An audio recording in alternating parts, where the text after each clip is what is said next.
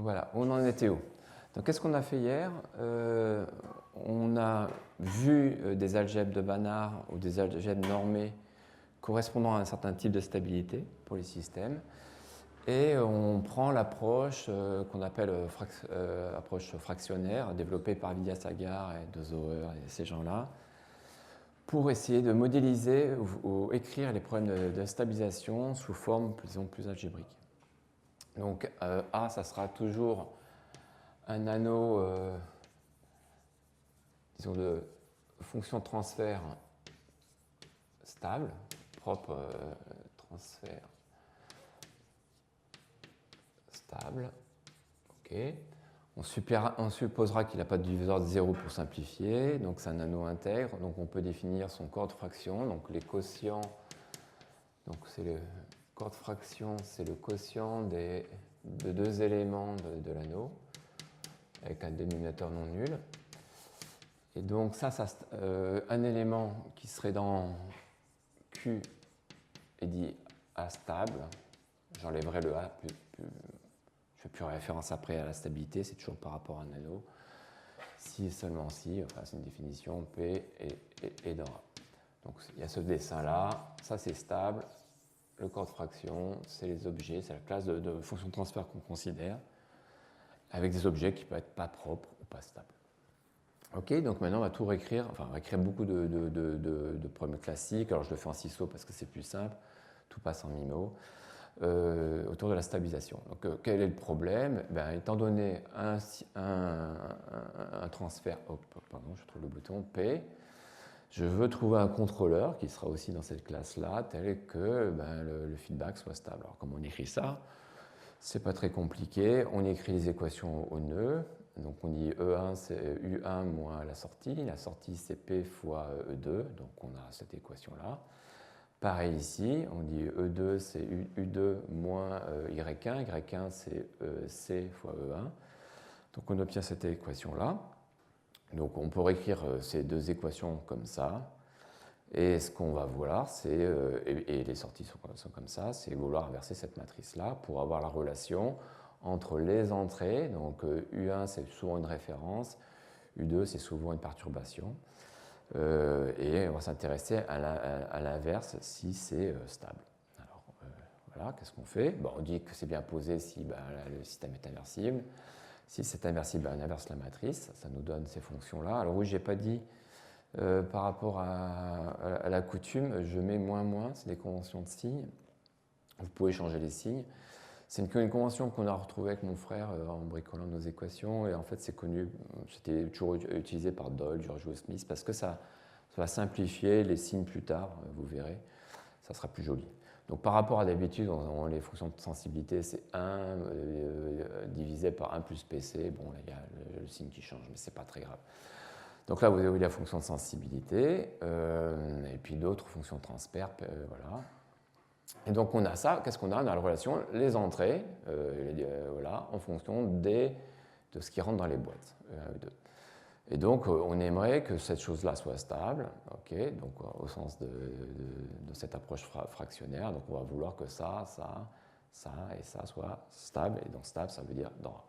Okay, une petite remarque, souvent les gens considèrent, dans le passé, les gens considéraient qu'une fonction de transfert qui est l'entrée-sortie du système, c'est-à-dire dans le cas où je n'aurais pas de U2, si on met U2 égale à 0, on obtiendrait essentiellement la fonction classique PC sur 1 plus PC avec les conventions de signes qui sont différentes ici.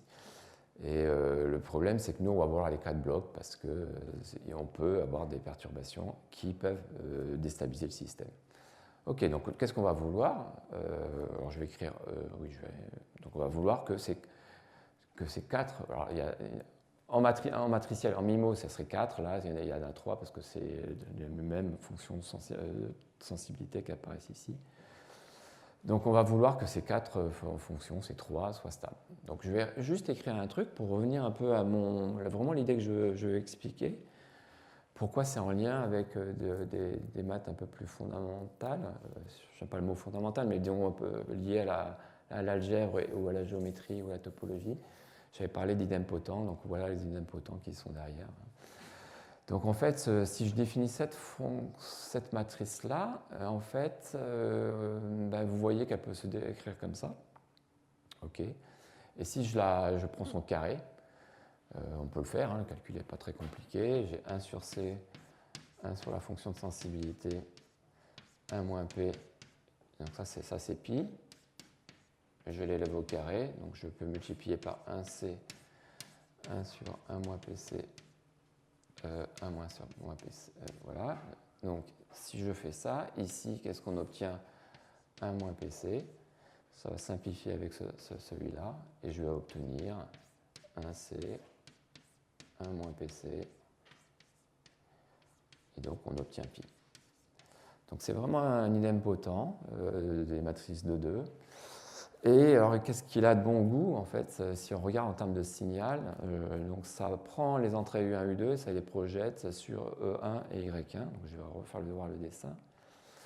Donc je prends les deux entrées et je projette sur E1, Y1, donc je projette sur le contrôleur. Et vous pouvez avoir le projecteur complémentaire. Si je prends U1, U2, je vais projeter sur les signaux E2 et Y1. Donc c'est ce projecteur qui est complémentaire si vous faites la somme de ces deux-là, ces entités. Donc ces deux projecteurs, c'est la projection sur le contrôleur ou la projection sur le système. OK ? Donc, j'écris les matrices de transfert que j'ai. Donc ça, c'est entre les entrées et les signaux qui rentrent dans les boîtes. Ça, c'est la projection sur le contrôleur. Ça, c'est la projection sur le système. Et là, c'est le comportement entrée-sortie. Voilà, j'ai que les sorties en fonction des entrées. Et vous voyez que là-dedans, c'est toujours les mêmes fonctions qui apparaissent, les mêmes éléments. Alors là, il y a PC, mais on sait que ça, c'est 1 moins la fonction de sensibilité. Donc ce truc-là peut se réécrire. Donc vous avez toujours les mêmes fonctions transfert, et donc on peut dire que tous les coefficients de la matrice sont stables de HPC si les projecteurs sont stables et si le comportement entrée-sortie sont stables.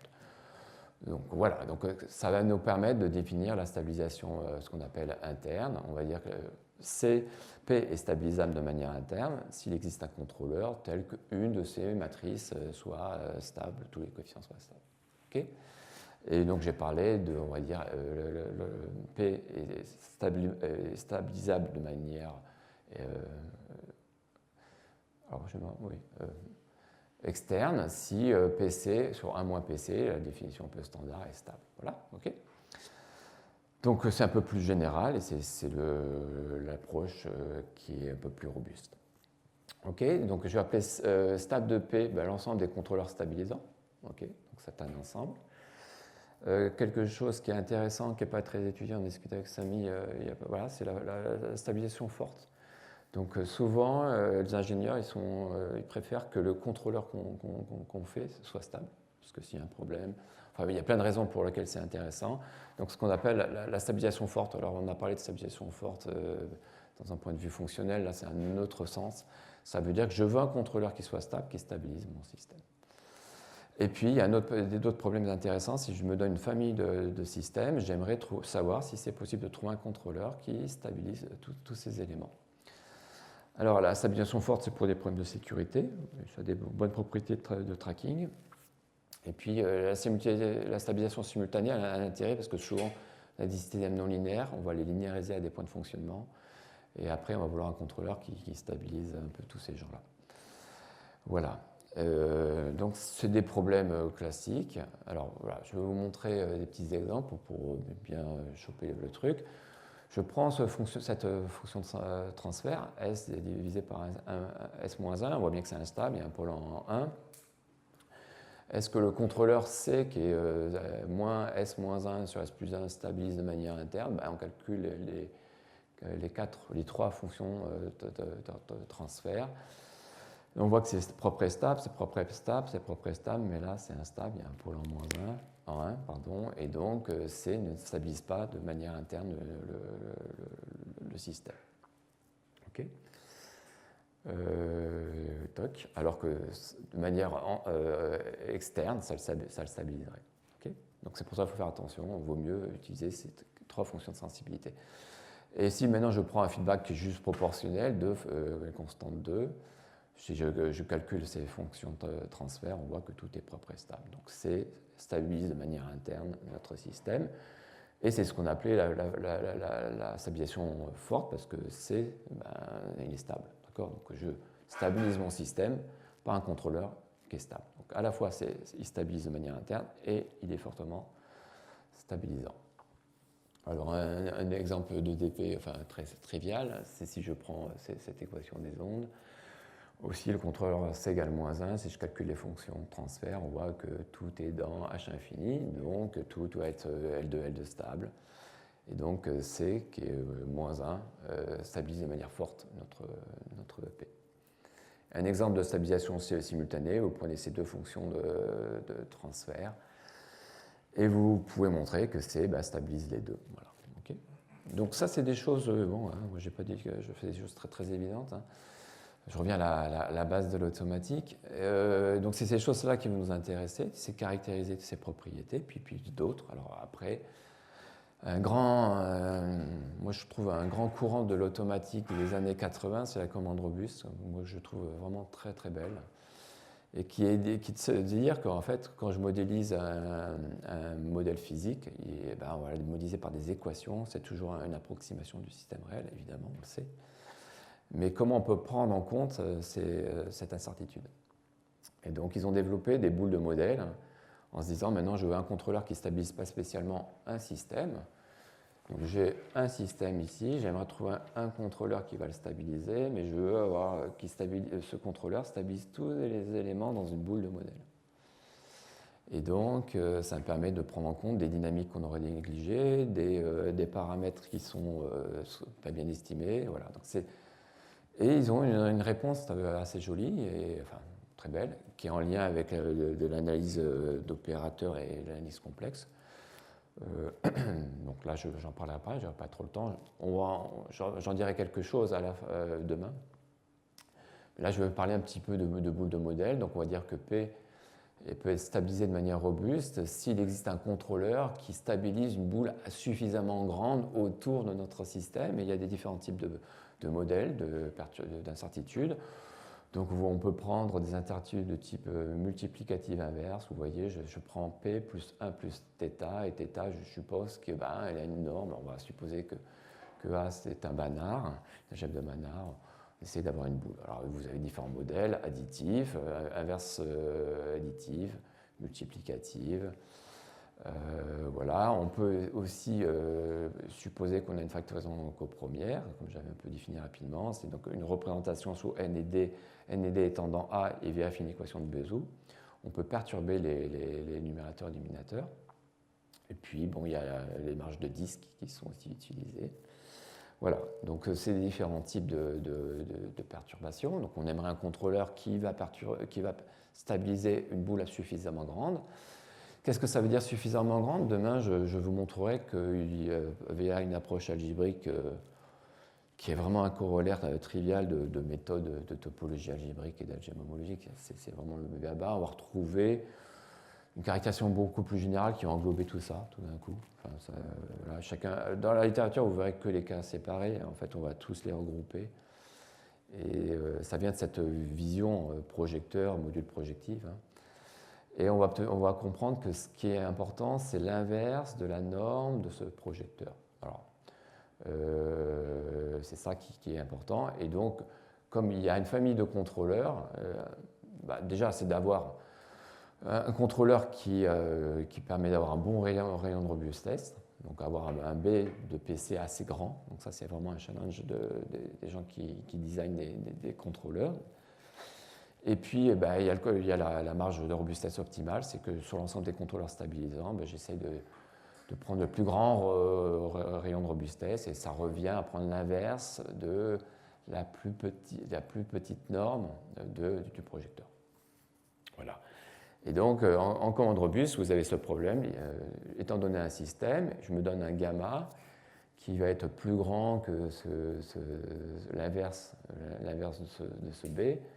Et je vais essayer de trouver un contrôleur qui fait en sorte que la norme du projecteur soit plus petite que ce gamma. Voilà, donc on essaye de se mettre des marges de robustesse, et puis à la version optimale où vous voulez vraiment atteindre le contrôleur qui atteint le plus grand rayon de robustesse autour de votre système. Donc on verra demain que ça me permet, enfin ce projecteur, l'annonce de projecteur permet d'englober l'ensemble de ces choses-là. Okay, voilà. Oui. Oui, c'est ça, exactement ça. Ouais.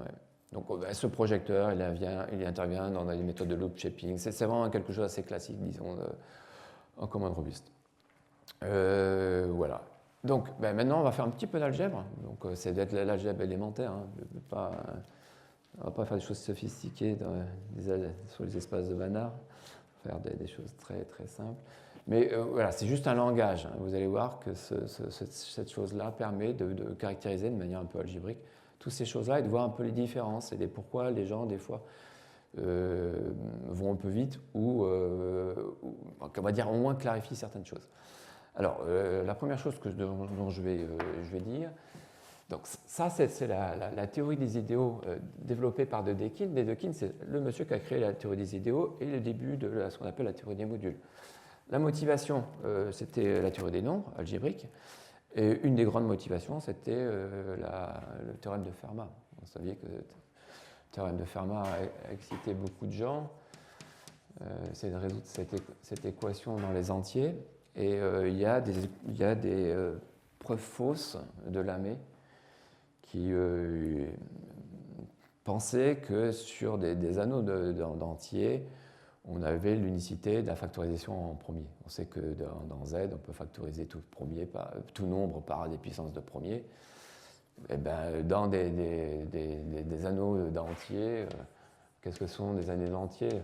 Vous avez sûrement dû voir des choses comme ça une fois un peu. Donc ça c'est l'anneau de Gauss. Donc c'est les entiers, les nombres qui s'écrivent A plus IB avec AB dans Z. Donc après, vous pouvez avoir des choses plus sophistiquées. Et donc, c'est pour ces raisons-là que Dedekind s'est intéressé à développer les idéaux fractionnaires et ça a été le grand lancement de l'algèbre moderne avec Émile Noether, à qui on doit vraiment l'algèbre moderne. Donc voilà, je vais vous donner la définition. Donc je pense que tout le monde sait ce que c'est un idéal, on va le rappeler. Mais les idéaux fractionnaires, c'est plus généraux. Voilà. Donc je vais prendre un anneau qui est sans divers 0 et je vais prendre le corps de fraction. Okay, et je vais dire que J, c'est un idéal fractionnaire si c'est un sous-module, un A sous-module de K. Donc qu'est-ce que ça veut dire un module? Ça veut dire que si je prends deux éléments, alors je vais les expliquer en A, puis après je parlerai plutôt en termes de contrôle, comme ça aura plus de sens. Si je prends deux éléments dans l'anneau, et je prends deux éléments dans le J, eh ben c'est stable par somme et par multiplication. Okay, c'est comme si vous voulez, comme un espace vectoriel. Hein. On peut voir comme ça. Donc ça c'est l'idée, c'est le fait que ce soit un sous-module, et puis tel qu'il existe un élément dans A, qui est tel que quand je multiplie, je définis formellement D fois J, vous allez voir qu'il y a une multiplication, une somme et un quotient dans les idéaux fractionnaires. Donc je définis cet élément comme étant les multiples de D par les éléments de J, ça soit droit. Donc ça c'est la définition, je vais rapidement m'en écarter parce qu'on va utiliser qu'un idéal fractionnaire qui a du sens pour nous. Alors pourquoi il a du sens pour nous? Parce que j'ai pris une fonction de transfert que j'ai supposée dans K, et en fait la fonction de transfert, ça relie l'entrée et la sortie. Okay, jusque-là, tout va bien.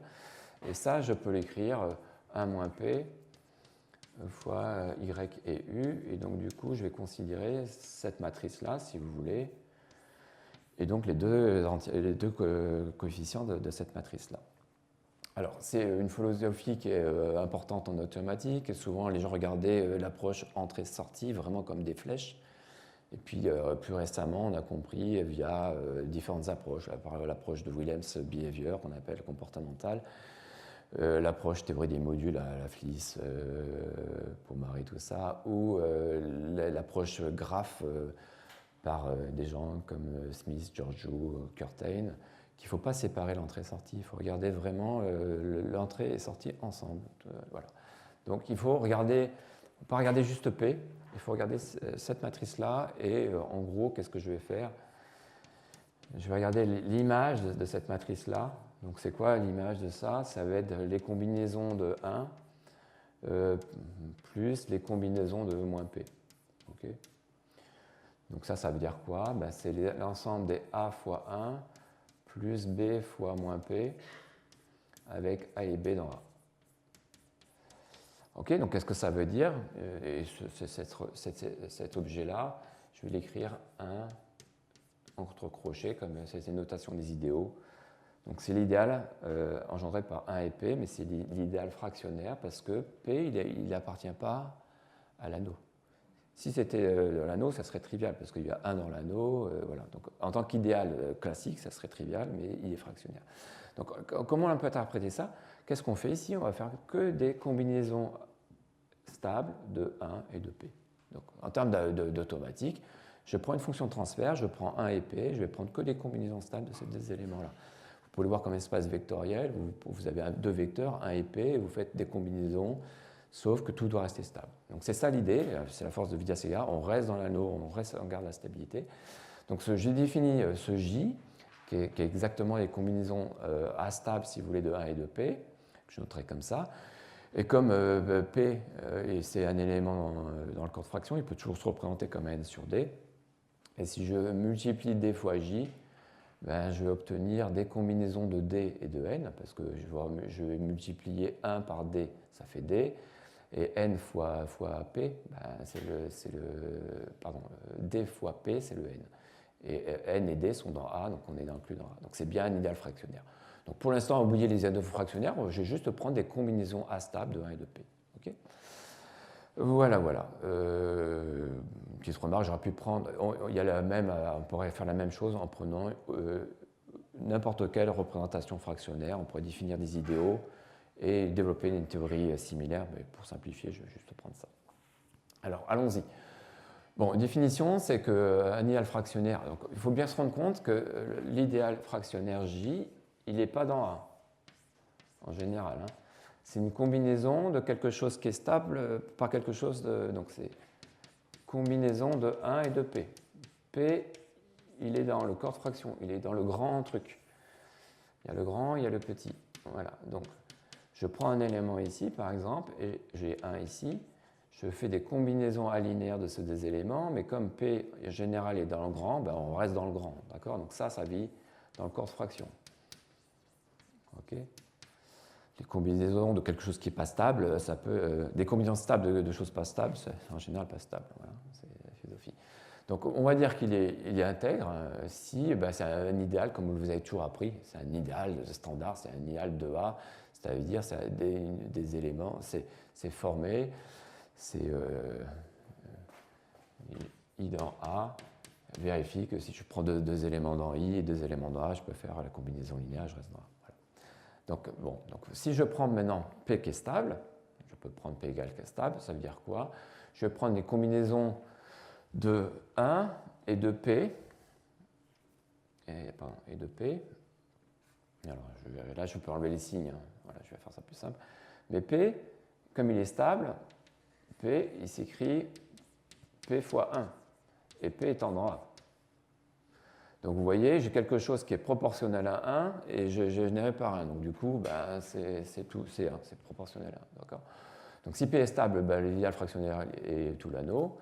Et de manière inverse, si cet idéal est égal à A, égal à 1, ça veut dire quoi? Ça veut dire que 1 s'écrit comme une combinaison de 1, bon, c'est facile, 1 égale 1, et P s'écrit comme une combinaison avec un élément de A, de 1. Donc il existe un n dans A tel que P s'écrit n fois 1. J'écris simplement l'inclusion de P dans cette idée, dans 1. Ok, donc ça veut dire que P égale A. Donc, bon, c'est très manière triviale que si P est stable, l'idéal fractionnaire, c'est tout l'anneau. Donc maintenant, un truc plus intéressant, on va dire qu'il est principal s'il existe un élément du corps de fraction qui le génère. Donc ça veut dire quoi? Ce J, il est généré, si vous voulez, par le vecteur K. Okay, et toujours par des combinaisons stables. Alors maintenant, faisons l'exemple. Donc je prends cet idéal qui nous intéresse, il est principal s'il existe un élément petit k dans grand K qui est non nul, tel que J égale K. Ok, très bien, donc qu'est-ce que ça veut dire? Ça veut dire que ces deux idéaux sont égaux, ça veut dire que 1 va s'écrire comme une combinaison dans A de K, P va s'écrire comme une combinaison quelque chose multiplié par K, donc 1 s'écrit D fois K. P qui est dedans va s'écrire quelque chose fois K, et ces deux D et N sont dans A. Et K va s'écrire comme une combinaison de 1 et de P, okay, avec X et Y dans A. Okay, bon, très bien. Qu'est-ce que ça veut dire? Ça veut dire que K égale 1 sur D. Je multiplie maintenant, donc K égale 1 sur D, je remplace ici, je substitue. Donc ça veut dire que P égale N sur D. Et je substitue K ici, dans cette équation, donc j'obtiens ça, et que je multiplie par l'inverse de D, et on obtient ça. Donc le fait que ça soit un principal, ça veut simplement dire qu'il existe une factorisation copremière du transfert. Ok, donc on va prendre des exemples pour aussi, voilà. Donc je vais prendre un petit système à retard, H infini, il y a un pôle en 1, donc c'est les mêmes exemples que le premier exposé. Je peux définir les combinaisons H infini linéaire de 1 et de P, c'est mon idéal fractionnaire. Et là, on peut vérifier que J, c'est égal à l'idéal principal engendré par juste ce transfert-là, par cette fonction de transfert. Alors pourquoi? On voit que 1 s'écrit bien, donc ça c'est l'élément ici. Je peux écrire comme l'inverse, et cet élément, il est propre et stable, enfin il est même dans H infini. Okay. Donc ça c'est bien un élément dans H infini. 1 s'écrit comme quelque chose, un multiple de ce truc-là dans H infini. Cette chose-là s'écrit comme ça, ok? Donc ce terme-là, c'est le même que celui-là, et cet élément, vous voyez bien, il est dans H infini. Et maintenant, il faut que je montre aussi que ce truc-là est une combinaison A stable, donc H infini stable, H infini de 1 et de P. Donc ce truc-là s'écrit comme, alors là, vous voyez, il y a 1, il manque 1, mais bon, multiplié par 1, et ça, c'est ce que je veux. Et on voit qu'on obtient cette expression-là. Alors bon, donc là, c'est bien un élément de H infini, même s'il y a un pôle en 1, parce que si on le développe, on voit que c'est analytique borné. Donc cet élément, c'est un retard distribué, enfin, voilà, dans le jargon des systèmes à retard. Et donc on obtient que P s'écrit comme A admin factorisation copremière, donc le N, le D, et puis l'équation de Bezout. Ok, donc ça c'est... Voilà. Et alors, ce qui est intéressant dans les idées fractionnelles, donc la philosophie des Dedekind, c'était pour la théorie des nombres, oubliez les nombres, allez aux idéaux. Et si vous allez aux idéaux, vous allez retrouver la factorisation en idéal, les entiers, on sait les factoriser en puissance de premier, on aura les mêmes choses avec les idéaux. Et donc, la vraie philosophie de Dedekind, c'est oublier les nombres, aller aux idéaux. Et là, c'est quelque part les philosophies qui est un corollaire, oublier les fonctions de transfert, passer aux idéaux qui génèrent. Donc ce qui est intéressant, c'est que vous pouvez faire la somme des idéaux fractionnaires, c'est juste la somme des éléments dedans. Vous pouvez les multiplier, c'est des sommes finies de produits. Bon, ça ne mange pas de pain. Et on va voir qu'ils ne sont pas tous inversibles, et c'est ça qui est intéressant, ils ne sont pas tous inversibles, mais on peut émuler un espèce de quotient. Donc là, il faut essayer de le comprendre comme I quotienté par J, mais c'est plus général que ça. Et donc ça, c'est juste la petite définition qui est un peu plus, qui demande un peu plus d'attention. C'est former des éléments dans le corps de fraction, tel que je les multiplie dans J, je vais dans I. Bon, on va simplifier, on prendra I égale A, vous allez voir. Donc je vais faire tout de suite. Je prends mon idéal préféré. Qu'est-ce que c'est moralement l'inverse? Bon, j'ai dit qu'ils ne sont pas tous inversibles, on va voir tout de suite. Qu'est-ce que c'est l'inverse de J? C'est les éléments dans K, tels que K fois 1 est dans A, parce que I est dans A maintenant, I égale A, et K fois P est dans A. Okay, donc ça veut dire quoi? K c'est dans A, donc je vais l'appeler D, j'ai un bon goût de l'appeler D, et puis donc c'est l'ensemble des D dans A, tels que DP égale A, donc c'est l'ensemble des dénominateurs possibles. C'est l'idéal de former de l'ensemble des dénominateurs possibles de P. Voilà. Et donc, j'avais défini rapidement ce que c'était une factorisation faiblement copremière, en agitant les mains, en disant qu'il n'y a pas de PGCD entre N et D, mais sur H infini, montrer qu'il y a un PGCD, c'est un vrai théorème, et il y a plein d'algèbres, on verra tout à l'heure qu'il n'y a pas de PGCD, donc ça n'a pas de sens de définir ça comme ça. Essentiellement, c'est l'idée qui va émuler pas de pôle 0, simplification de pôle 0, donc pas de facteur 0. Et donc la définition que j'avais donnée de la factorisation faible, c'est que si je prends un K qui est dans le corps de fraction tel que K fois D et K fois N soit dans A, alors cet ensemble-là, c'est A. Et donc en gros, vous voyez que donc, ici, c'est l'ensemble des dénominateurs.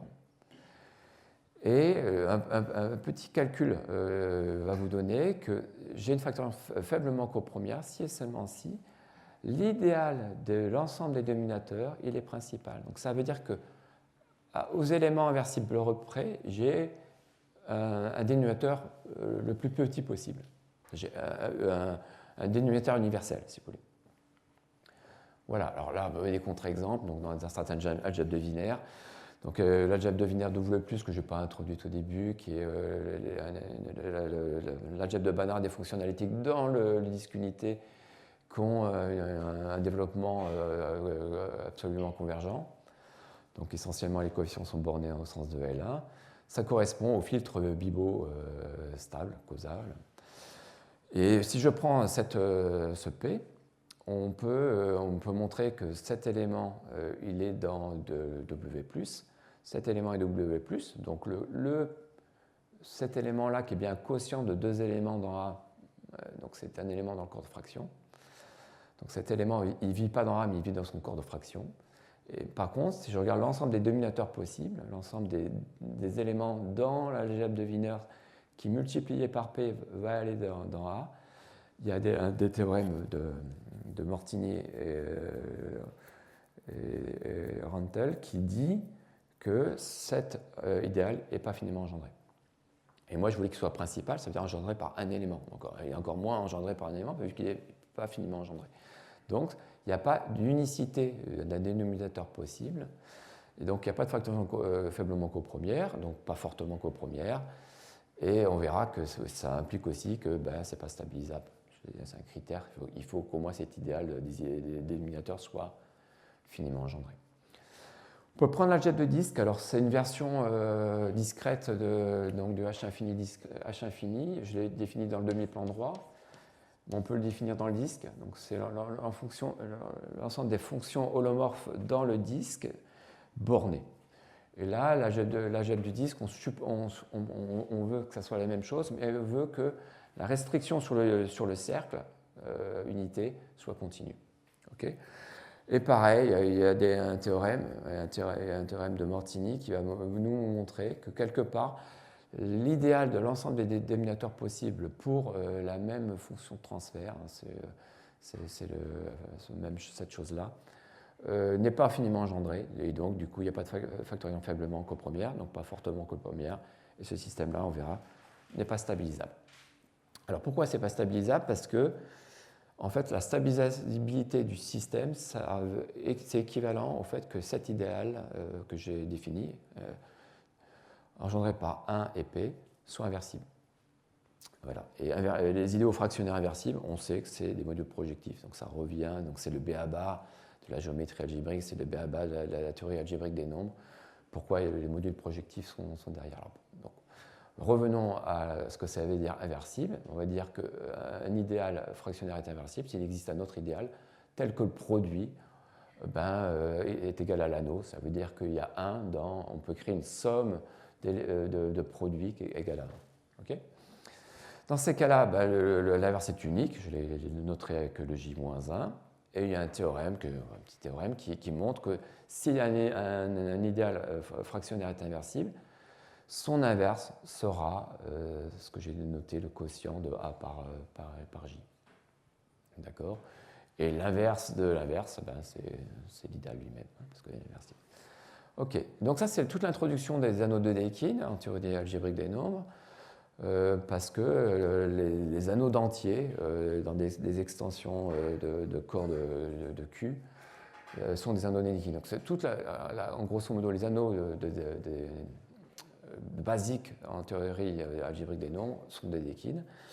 Alors, par contre, nous, ça ne va pas nous intéresser ici parce qu'il y a un théorème à peu près, je ne sais pas qui est du mais classique, qui dit que si on prend les algèbres de Banach, à part les algèbres de Banach triviales comme C ou les matrices carrés, donc c'est ce que j'appelle les algèbres de Banach triviales.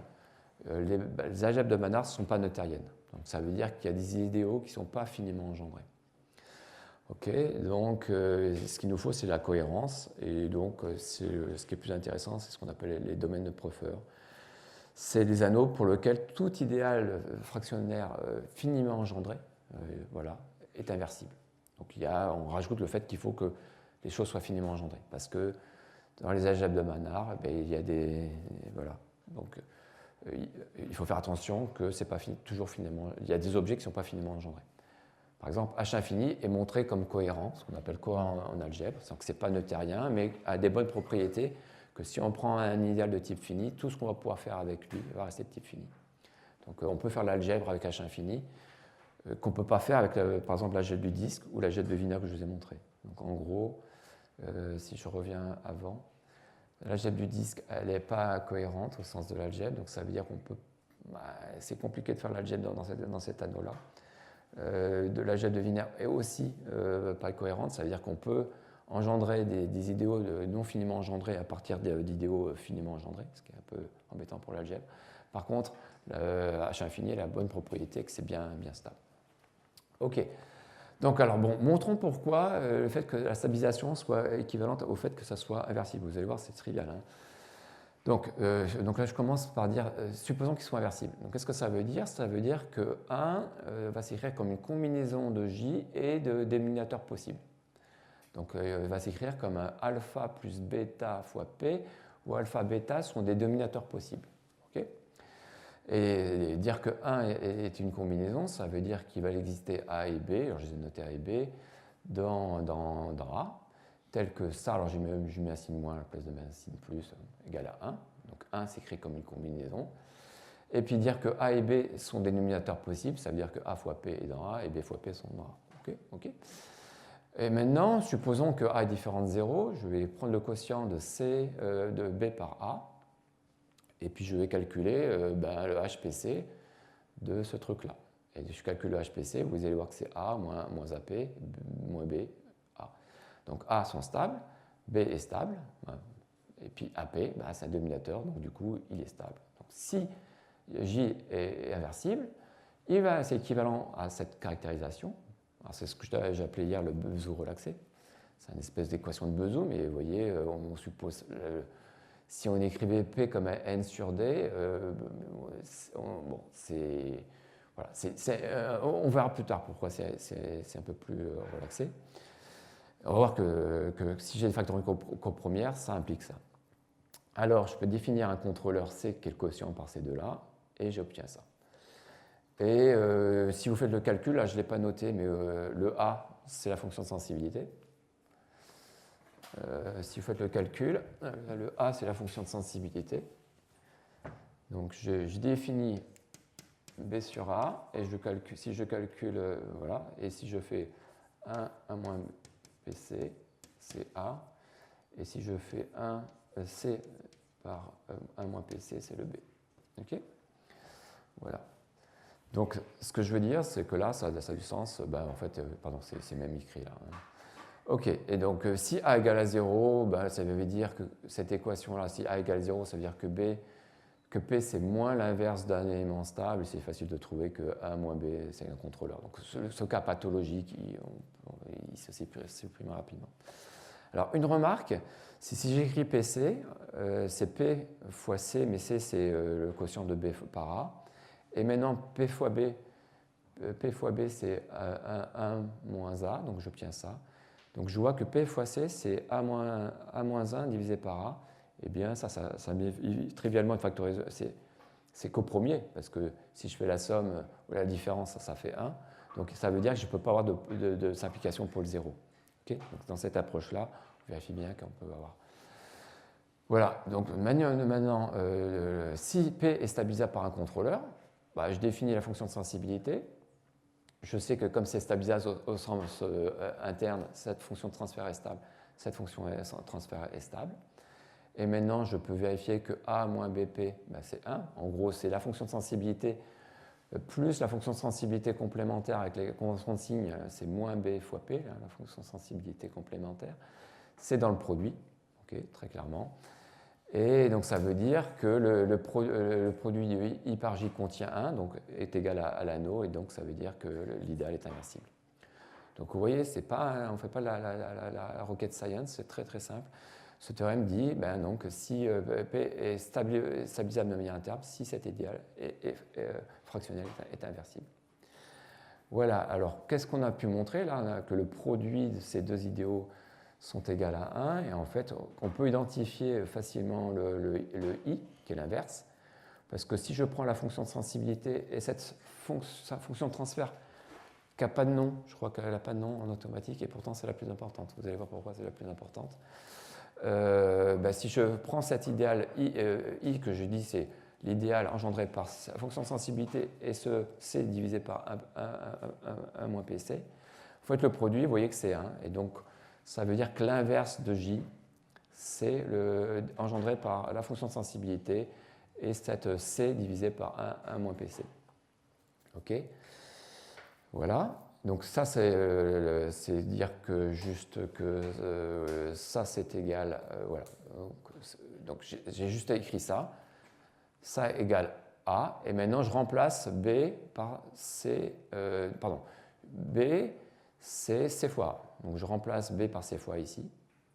Et ça, comme je sais que je peux multiplier les idéaux fractionnaires, c'est la même chose que 1 fois P, multiplié par linéaire fractionnaire 1C. Je factorise, si vous voulez, je factorise.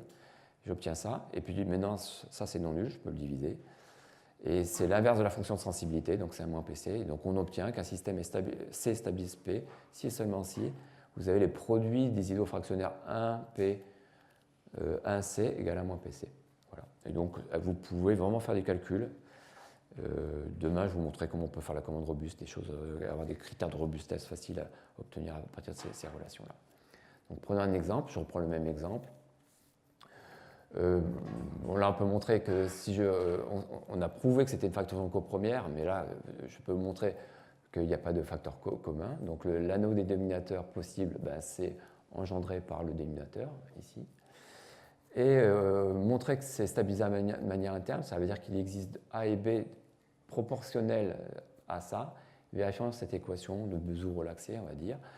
Donc A est proportionnel à ce truc-là, donc il va exister un x stable tel que A, c'est égal à son dénominateur fois x. Pareil pour B. Et l'équation ici, si je substitue dedans, qu'est-ce que j'obtiens? J'obtiens cette équation-là. Et je peux tirer de cette expression-là x. Et je mets tout le monde au même dénominateur. Et x, maintenant, doit être dans H infini. Par contre, j'ai un pôle en 1. Donc du coup, j'ai une condition d'interpolation. Il va falloir que le y que je choisis, qui est dans H infini, vérifie que le numérateur évalué en 1 doit être égal à 0 pour essayer de tuer le pôle lumineux. Okay. Voilà, donc je fais ce calcul-là. Ça nous donne une contrainte que y en 1, c'est moins 2e. Et donc je vais prendre ce y, juste cette constante-là. Ça va me donner ce contrôleur-là, parce qu'une fois que j'ai le y, je vais obtenir le x. OK, j'obtiens le x. Une fois que j'ai le x et le y, je le substitue ici pour avoir le a. J'ai les a. Et je peux diviser le quotient, b par a, ça me donne le contrôleur. Okay. Donc voilà, on retrouve les contrôleurs distribués classiques qu'on connaît. Bon, je vais finir, je vais juste regarder ce que je voulais raconter après. Oui, je m'arrête là. Voilà, donc c'est une transcription, disons, algébrique des choses. Et on va après clarifier certaines situations, montrer dans des cas pourquoi ça marche pas. Et après, ça donne accès à beaucoup de méthodes qui ne sont pas bien connues ou pas connues en automatique, mais qui vont permettre de généraliser et de retrouver de manière assez globale beaucoup de résultats, dont certains résultats de commande robuste. Donc si j'ai le temps, demain, je vous expliquerai ça. Merci.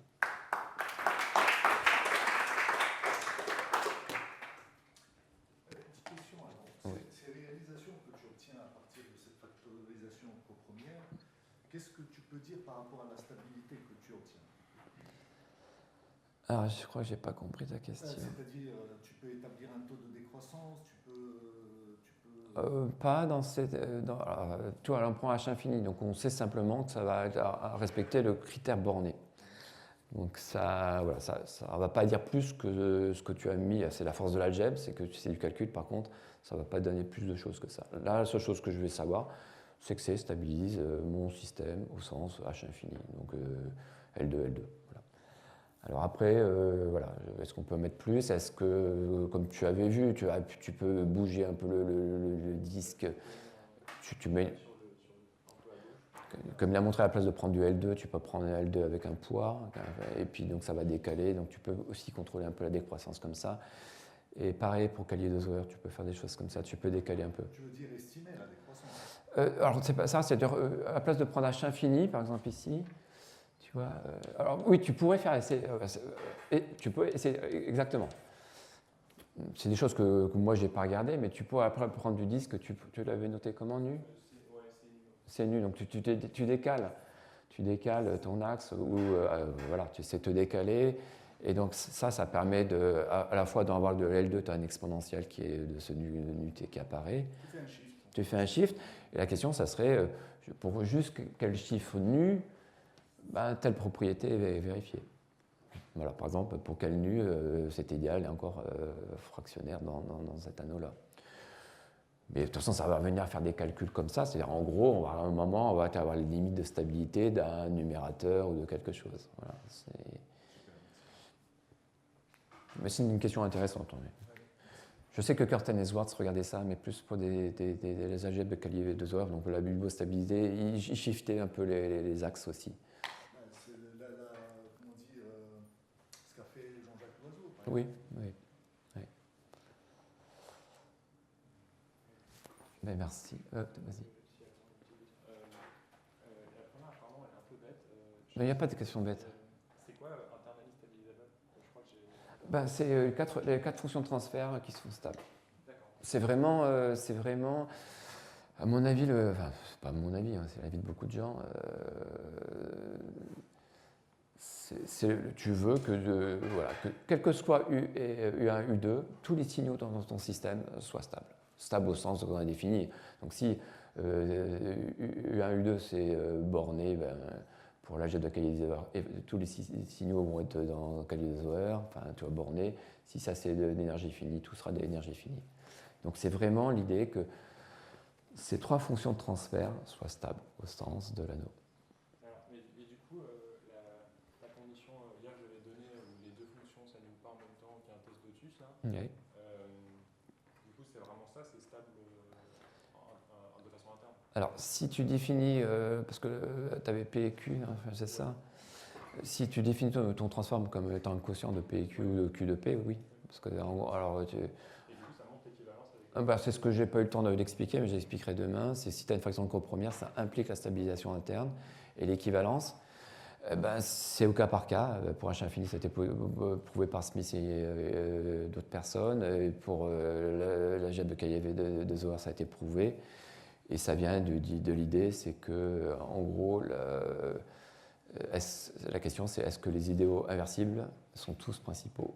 Principaux, c'est factorisation de courbe première, et donc inversible, ben, c'est la stabilisation interne. Donc c'est cette différence-là où, en termes de modules, la stabilisation interne, c'est les modules projectifs, et la factorisation de courbe première, c'est les modules libres, tu as une base. Où un c'est les fibrés vectoriels et l'autre c'est les fibrés vectoriels triviaux.